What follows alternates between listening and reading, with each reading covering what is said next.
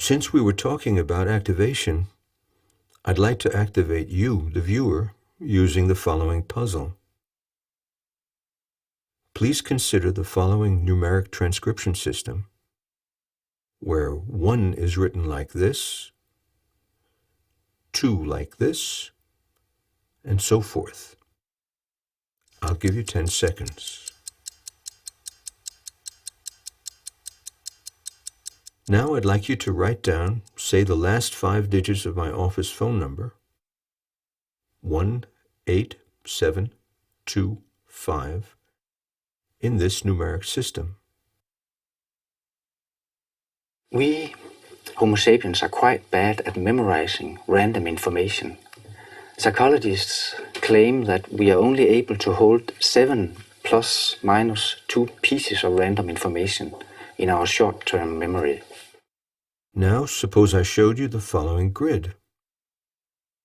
As you can see in this number system, 1 is at the top left corner, and hence written like this, whereas, for example, 8 is at the bottom, and hence written like this. Now you can probably write anything using this silly number system for the next 65 years. The point is that we as humans learn by associating new and unknown information with old and known information, or that we build new information on top of old information. In this case, it was easy. We simply exploited that you all knew a certain geometric shape, the grid symbol, and the numeric layout of a conventional telephone. But when teaching semantics or fertilization or political power theory or Roman literature, it may not be clear what the students know or how they know it. The point is that knowledge is constructed as a result of the learner's activity.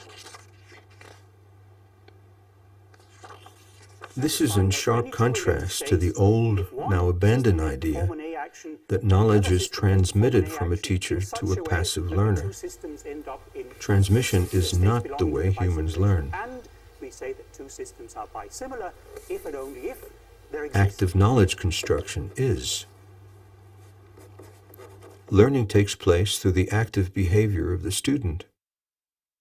It is what he does that he learns, not what the teacher does. However, activation itself is not enough. We also need a theory of understanding to take into consideration how students are activated. Professor John Biggs has such a theory. The solo taxonomy, short for structure of the observed learning outcome, distinguishes 5 levels according to the cognitive processes required to obtain them. The lowest level in the taxonomy, level 1, is known as the prestructural level, at which the student has no understanding, uses irrelevant information, and or misses the point altogether. One final question. What is a cow? Level 2 is known as the unistructural level, where a student will focus on one relevant aspect only. Here the student has the competence to identify, to do a procedure, and or to recite. A cow is when you're milking. A student at the multistructural level, level 3, can focus on several relevant aspects, but they are considered independently. He is able to classify, to combine, to enumerate, and so on. Cows give us milk, and when slaughtered they give us oil, meat, fat, bone, and leather.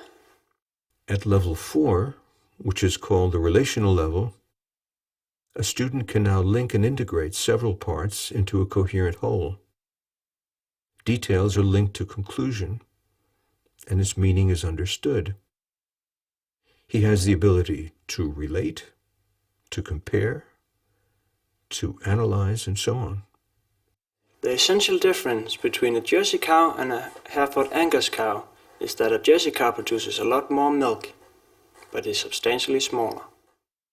At the fifth and highest level, the extended abstract level, a student has the capacity to generalize the structure beyond the information given, and even produce new hypotheses or theories which may then be scrutinized. Cattle, or kai, are domesticated ungulates, a member of the subfamily Bovinae, and it seems to me that humans must have been the root cause for the diversification of cattle, because they were selected for different genetic characteristics like draft, milk, meat, size, color, and behavior, to name a few. We refer to levels 4 and 5 as deep For understanding. instance, one can prove that it is always an equivalence relation. Yeah. Excuse me, isn't this the same as last week except with implicit environment? Levels 2 and 3 are referred to as surface understanding. We could have composition, the usual semicolon operator, and then we'll have an if-then-else construct and Wait, is that a colon or semicolon?